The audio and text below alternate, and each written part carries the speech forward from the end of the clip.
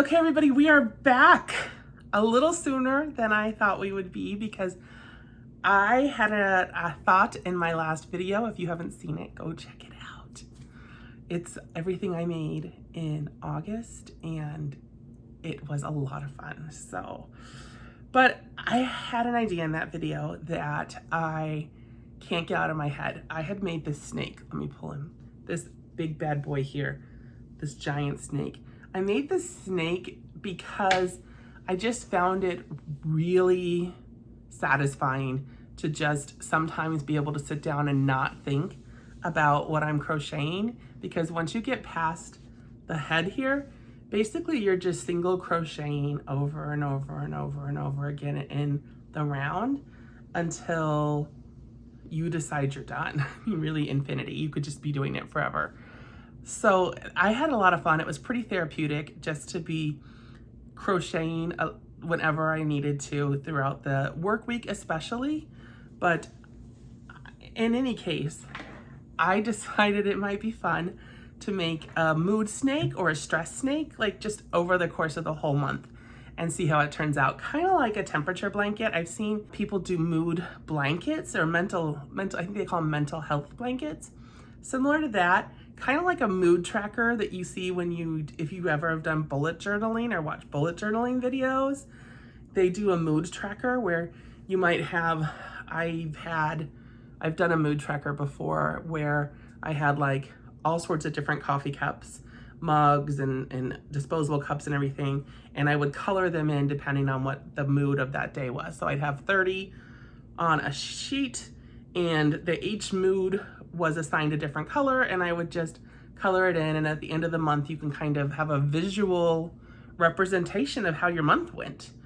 And I thought, wouldn't that be fun to do in crochet? Because that's where my heart is right now. I love this crochet.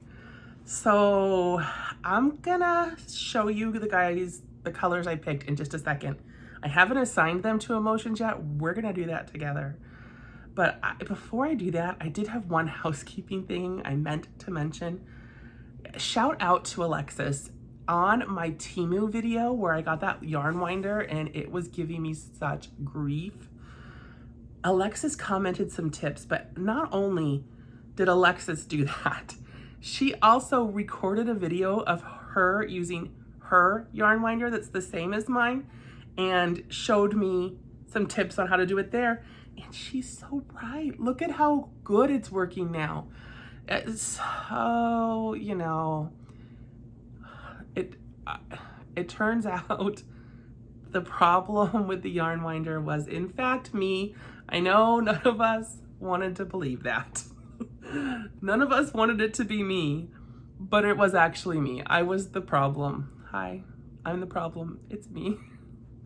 And user error all the way, because once I got it set up correctly and it works like a charm. Is it the best yarn winder? Probably not. It's a little flimsy, the wire that comes up to hold the yarn. As long as it's up, it works great. It does tend to fall every now and then, and it won't make a yarn cake probably any bigger than this. But this was great for this project. I don't think I'm gonna need any more than this of any particular color. So in order to keep my yarn bag small, I just caked up enough of each color that we're gonna use so that I can keep it all in one basket or bag and just have my mood project all together. Where if I had to carry around a giant skein of burlap blanket, 6 or 7 of them, that's a lot to have in one package. So yeah, shout out to Alexis. You're amazing. Thank you so much for taking the time to do that. It's much appreciated, much appreciated. All right, so I'm about to show you the yarn colors that I have picked. I initially thought that I was gonna go with Parfait Chunky in like a straight rainbow kind of palette, but I wasn't feeling that as much as I thought I would. I think that's maybe gonna be what I'll do in the next month or two if we keep doing this. But fall's coming and I felt like a little more muted, I don't know, just a different palette. So I'm gonna put a picture somewhere here of the colors that I have chosen for you guys to see. They were probably on the thumbnail too, so you probably have seen them. And we are gonna assign them to each of these emotions or moods that I have decided are gonna make up my mood snake. So if you guys wanna do a mood crochet project, a mood tracker project with me, like a snake or a blanket or a scarf or a teddy bear or whatever you guys like to make, comment down below or come message me on Instagram. Let's do this together, because I would love to see how your guys' mood trackers turn out over the course of the month too, because I'm really excited about this. I think it's gonna be a super fun ongoing project. First mood, let's jump in. The first mood that I chose, obviously, it's the beginning of the month and I'm feeling super optimistic, because the first mood that I chose, I decided to call killing it.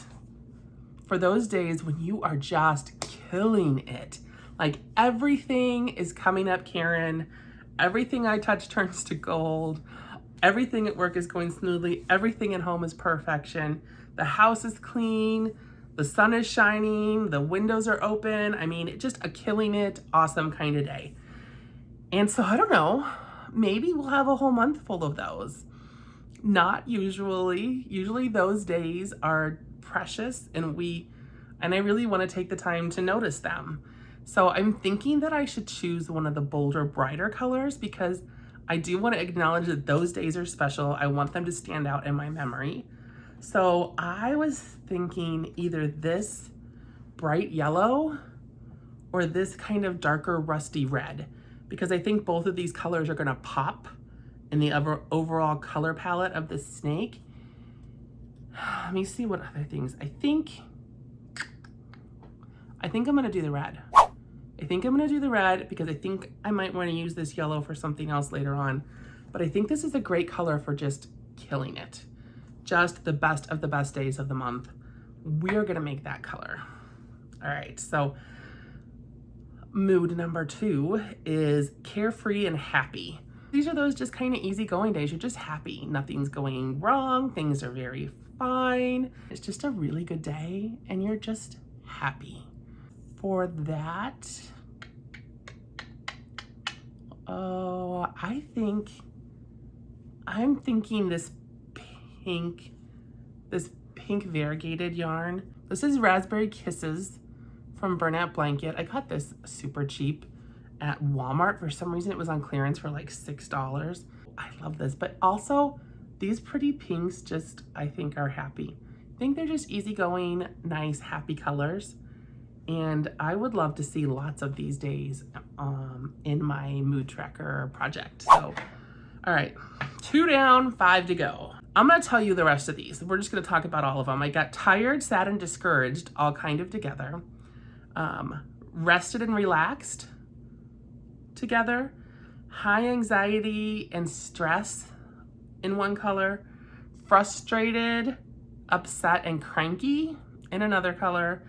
And energetic and productive in another color. Now I thought this yellow, this is why I saved it, because I think this might be good for energetic and productive, because this just feels like a high energy color to me. What do you guys think? I'm thinking this for those energized days where I'm just getting a lot done, cleaning the kitchen, organizing the yarn, using the yarn winder. I think this one's good. So I'm gonna put, all right, so I better start writing these down. So we're gonna do red for killing it. We're gonna do the pinks for carefree and happy. And we're gonna do yellow for energetic and productive. Upset, frustrated, and cranky. That might have been a good place to put red too. But we have used red and I feel good about it. So I wonder if we should put sand for those. Just because I'm really hoping there's not a lot of these days. This is just a neutral, let's just forget about, this is kind of a forgettable color in the grand scheme of this. Those frustrated and cranky days, I'm thinking I wanna just get through them, get past them, and forget about them. Let's put this kind of bland, forgettable color. Is that crazy logic? Is that crazy logic or good? I don't know. Am I thinking about this too hard? I don't know. We're gonna find out. Well, that one's a go. Okay, so we have 3 left. Tired, sad, and discouraged, rested, relaxed, and high anxiety and stress. I picked too many pretty colors. These colors are so pretty for some of these emotions, but that's okay. I am gonna give this purple. Let's figure out what we wanna do with this purple. I think this is good for tired, sad, and discouraged because it's a happy-ish color. It makes me kind of happy.